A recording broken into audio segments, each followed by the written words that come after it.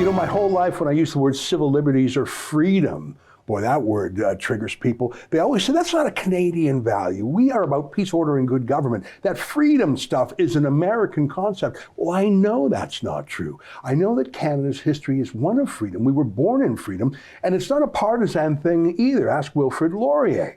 And so I think it's incredible that we finally have a book documenting the history of civil liberties in Canada. And I have it in my hand. It's called Forgotten History, Civil Rights in Canada. And what a pleasure to spend the course of the next half hour with its author, Lord Conrad Black. Thanks for coming in. Congratulations on the book, published by our cousins at the Democracy Fund. Right. Tell us what the thesis of this book is.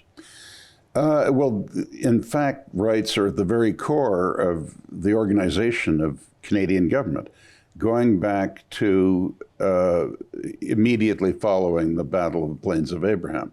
I mean, we had rather severe French criminal law and gentler French civil law when it was New France, French colony.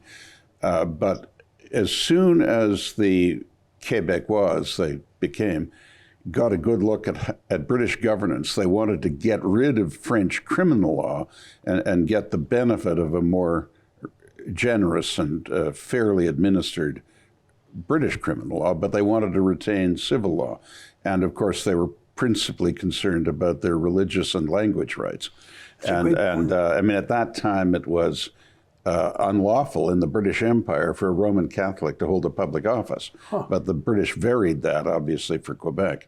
And an arrangement was made by one of the great statesmen in Canadian history, Sir Guy Carleton, Lord Dorchester, who was the governor and saw what was happening in the American colonies and saw how restive they were becoming. And he left his post in Quebec and returned to London.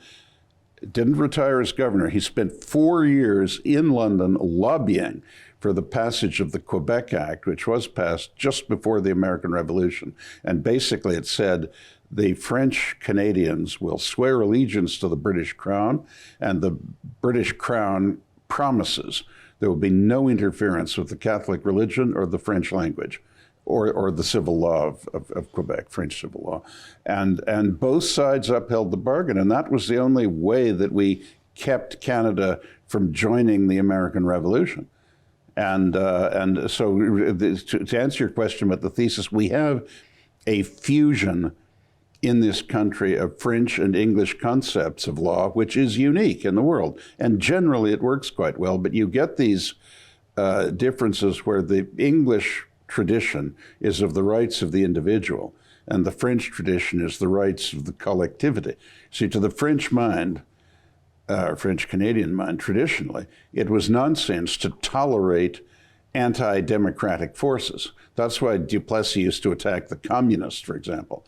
And he said, you English are idiots. You're allowing these people to exploit democracy to attack democracy. And this makes no sense. And you can see the logic of it. Well, you can see it today in our streets. We see people marching against Canada, calling for jihad, using our freedoms, perhaps to attack our freedoms. Exactly. I mean, it is this phenomenon of democracy being exploited by anti-democratic forces. Interesting.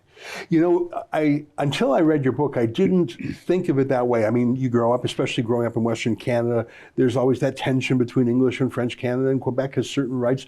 But if you look at it historically, 250 years ago, to grant minority rights to a minority language and a minority religion, that's got to be a novelty, like to have to protect the minority. And you say it was partly to shore up Canada against an American Revolution. Well, fine. And to prevent Canada from falling into the American Revolution. Whatever the reason why, it did grant civil liberties in a time when civil liberties were not as they were not as common as they are today. Exactly.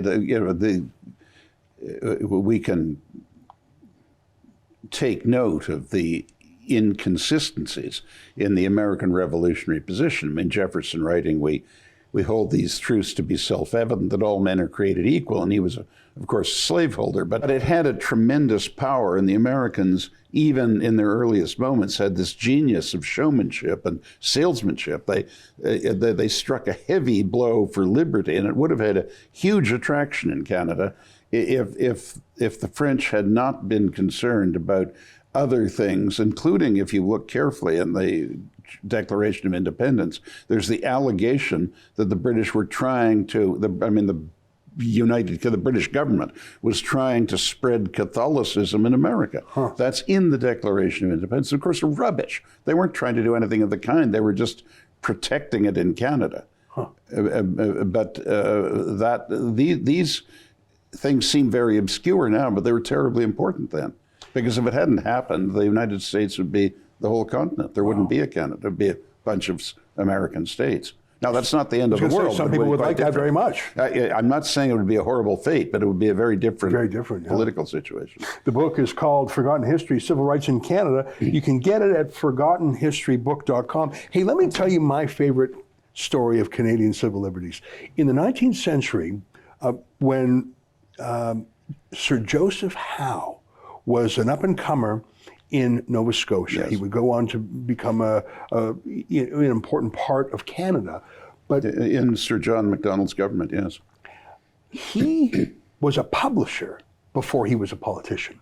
And he wrote about corruption in Halifax. And he was prosecuted for criminal defamation. It wasn't a civil lawsuit. No, well, that's a serious matter. And he was his own lawyer, which is normally bad advice. But he talked about freedom of the press and the importance, and then the judge in this case directed the jury to convict. But the jury would not. They acquitted him. And to this day, Sir Joseph Howe, who was really one of the founding fathers of Canada in many ways, I believe he struck the greatest blow for freedom of speech and freedom of the press in Canadian history.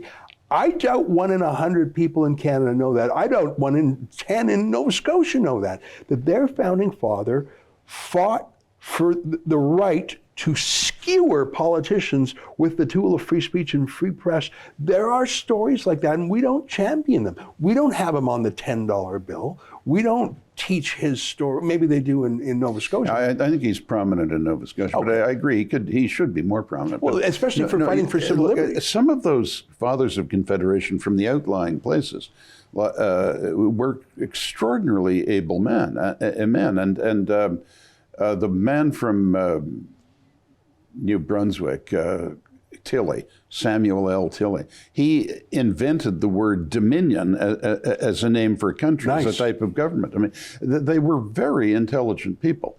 And how he somewhat blotted his ledger because he petitioned the British government against the evils of Confederation. But in an orderly way. We just sent a petition, you see. And then this was entertained in Parliament, and it was contradicted by a similar petition from Macdonald and some of his colleagues. And the British quite rightly found in favor of Macdonald, but at least it was a process. Yeah. They heard the thing out, and then Macdonald, great statesman as he was, the denigration of him in recent years has been an outrage. He recruited Howe, who was a political opponent, to come into his government. You know, there's such a great story there. And by the way, and I'll stop talking about Sir Joseph Howe now, but I don't have as much history in me as you do, so I gotta make use of the stories I do know.